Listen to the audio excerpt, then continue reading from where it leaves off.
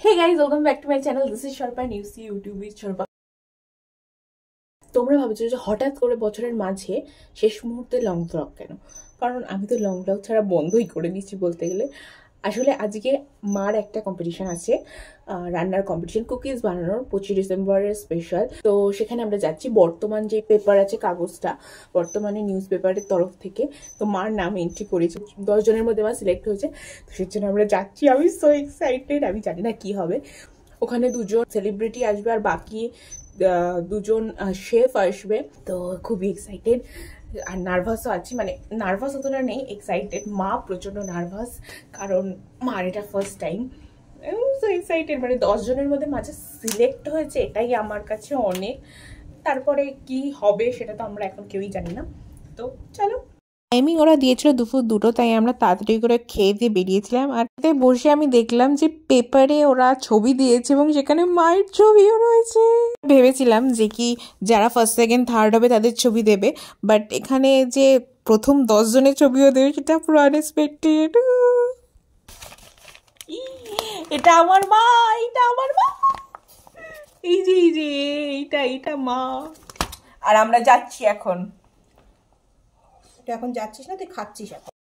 আগের দিন মা বড়ি দিয়েছিল, সেই বড়ি দিয়েই মা আজকে মাছের ঝোল রান্না করেছে।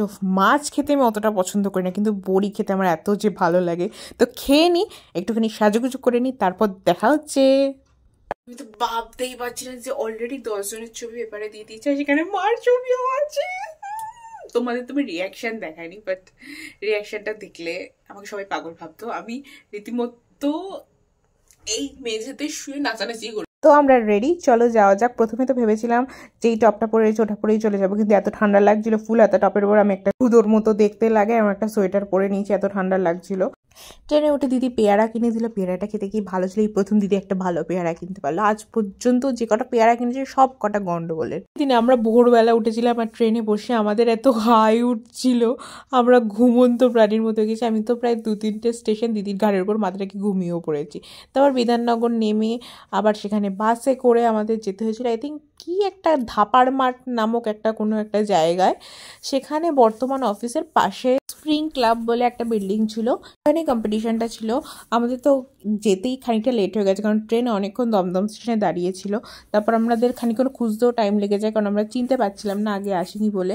তারপর গিয়ে আমাদের আবার অনেকক্ষণ বসে থাকতে, মানে আমরা এত তাড়াহুড়ো করে এসেছিলাম, 2টোর মধ্যে টাইমিং, বাট ও শুরু হতে হতে প্রায় 2:30 পার হয়ে গিয়েছিল। তারপরে খানিকক্ষণ ফটোশ্যুট চললো, মা প্লাস ওখানে যারা ছিলেন, যারা পার্টিসিপেট করেছে সবাই ফটো তুলছিল, আর আমি যথারীতি ফটোগ্রাফারের কাজ করছিলাম, আর আমার ফটোগ্রাফারের কাজ করছিল দিদি। এদিনকার সব ফটো তোমরা ইনস্টাগ্রামে দেখতে পাবে। আমি আমার ইনস্টাগ্রাম হ্যান্ডেল আর মায়ের ইনস্টাগ্রাম হ্যান্ডেল দুটোরই লিঙ্ক ডেসক্রিপশন বক্সে দিয়ে দিচ্ছি, চেক করে নিও। তারপরে আমরা গেলাম কম্পিটিশানে। প্রচণ্ড নার্ভাস ছিলাম। মা ঢুকে মাত্রই, যখন থেকে মা বাকি পার্টিসিপেন্টদের দেখেছে তখন থেকে মার অবস্থা খুবই খারাপ ছিল, হেভি টেনশন করছিল।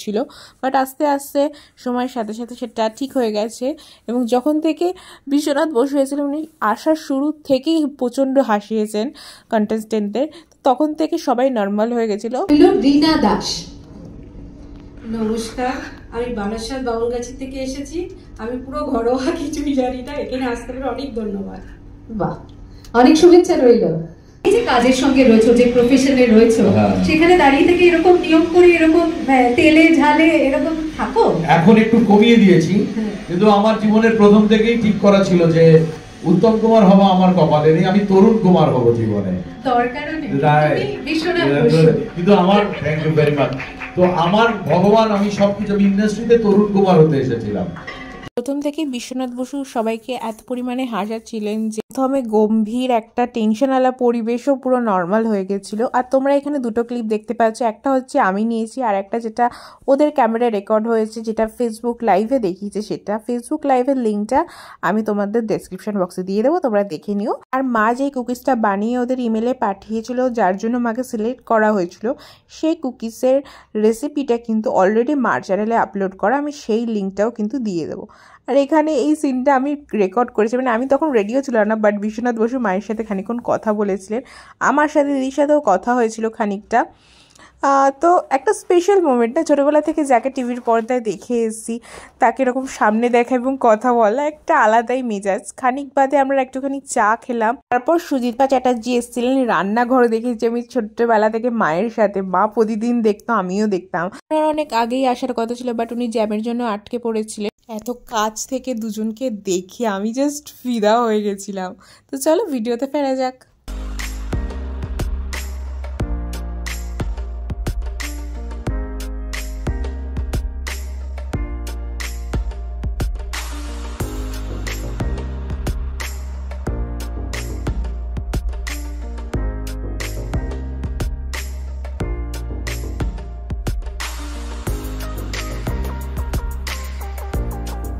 সে তো জ্বালায়, সত্যি বলছি।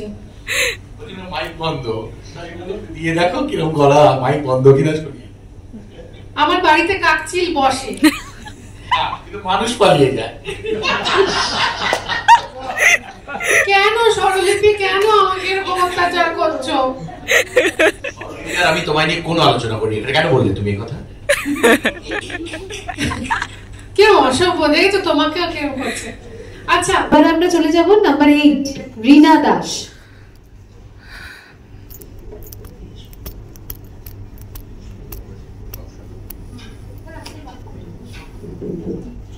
নাম্বার 8, রিনা দাস।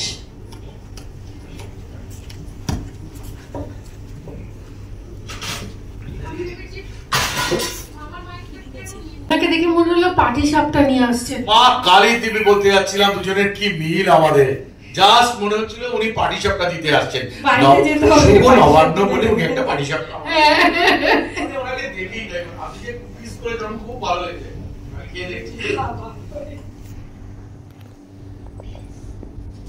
কিন্তু এখন সবারই ডায়াবেটিস, তো সেই জন্য চিনির ভাবটা যে কম আর নোনতা ভাবটা বেশি, আমার সেটা ভালো লেগেছে, খুব ভালো হয়েছে।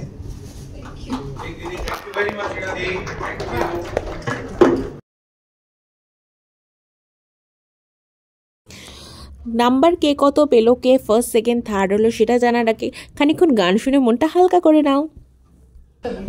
তুমি আছো এত কাছে তাই পৃথিবীতে স্বর্গকে পাই, তুমি আছো এত কাছে তাই পৃথিবীতে স্বর্গকে পাই। তোমার চোখে যে স্বপ্ন তাই দেখি যেদিকে তাকাই, তুমি আছো এত কাছে তাই।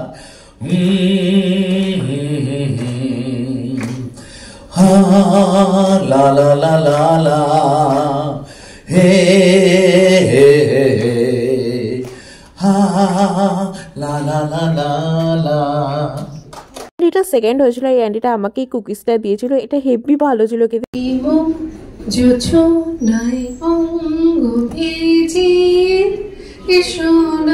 গল্প করে দেখো হয়েছে লিবিলি চাঁদ, সারা রাত আকাশে স্বল্পজরে, এসো না গল্প করে এই মন যোচনায় অঙ্গ ভেজে, এসো না গল্প করে।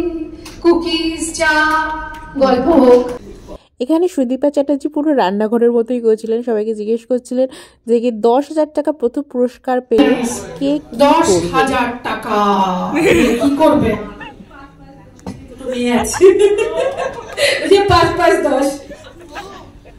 দিয়ে দেবেন, এত কষ্ট করে, যে কষ্ট করে এখানে নিয়ে এসছে। Very nice. মায়ের কাছে সন্তানের চেয়ে বড় কেউ হয় না, সে যাই হয়ে যায়। রিনা দাস, রিনা দাস কুচিনার তরফ থেকে গিফট হ্যাম্পার এবং সার্টিফিকেট।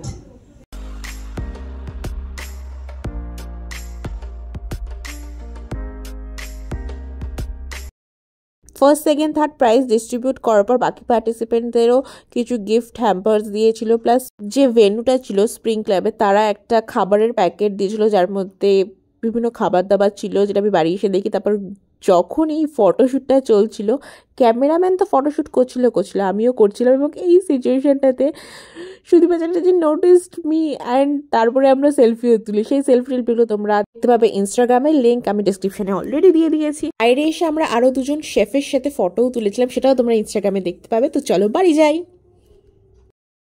সত্যি কথা বলতে আমার বাবা খুব খুশি হয়েছিল, মানে আমার মা প্রচণ্ড মন খারাপ হয়েছিল যে মা ফার্স্ট সেকেন্ড থার্ড হতে পারেনি, সেটা তো আলাদাই ব্যাপার, কিন্তু মার মনে হচ্ছিলো যে মা হয়তো সব কিছুই ঘেটে ফেলেছে।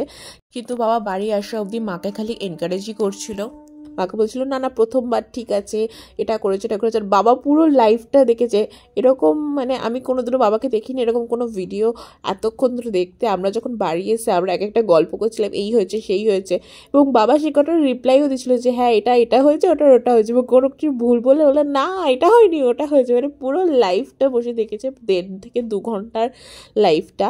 আর ওই গিফট হ্যাম্পারের মধ্যে একটা ইলেকট্রিক কেটলি আর একটা ফ্ল্যাক্স ছিল, আমার ফ্ল্যাক্সটা খুব পছন্দ হয়েছে। ইলেকট্রিক কেটলিটা অলরেডি আমাদের একটা রয়েছে, মার মাদার্স ডেতে আমরা এনে দিয়েছিলাম, তাই ইলেকট্রিক কেটলিটা ঠাকুর ঘরে চলে যাবে। আর এটা হচ্ছে সেই প্যাকেটটা যেটাতে খাবার স্প্রিং ক্লাব থেকে দিয়েছিল, এখানে অনেক কিছু ছিল, স্যান্ডউইচ, সিঙ্গারা, চিপস, জলের বোতল, হার্ট শেপের বিস্কুট। এখন আমি বাড়ি এসে খাবো।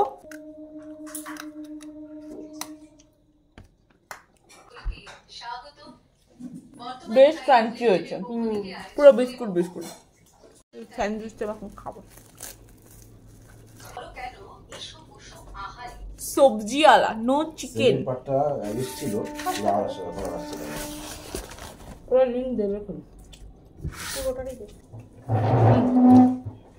সবজি আলা চিকেন দেন, চিপস দিদি সব চিপস খেয়ে নিচ্ছে, চিপস রাখেনি। বিস্কুটটা খেয়ে দেখো, এটা মোটামুটি মিশালি খেতে হবে। বিখ্যাত জলের বোতল ওদের সাইজ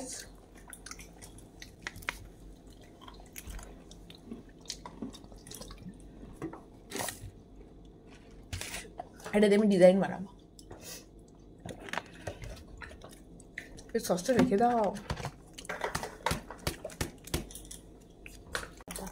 ওদের সব এই আমরা দেখে নিলাম কত সুন্দর করছো। এত লোক স্ট্যাটাস দেখেছে মেসেজে, এখনো মার বিস্কুটই ভরসা।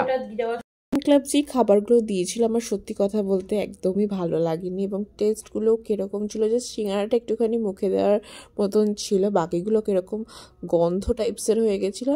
বাট হ্যাঁ, মায়ের বিস্কুটই ভরসা, মায়ের বিস্কুট খাই। তো দেখাবে নেক্সট ভিডিওতে, টাটা। আর শেষ করার আগে নেক্সটের পেপারটা একটুখানি দেখে নাও। এটা হচ্ছে 13ই নভেম্বর, যেদিনও মায়ের পেপারে ছবি দিয়েছিল। টাটা।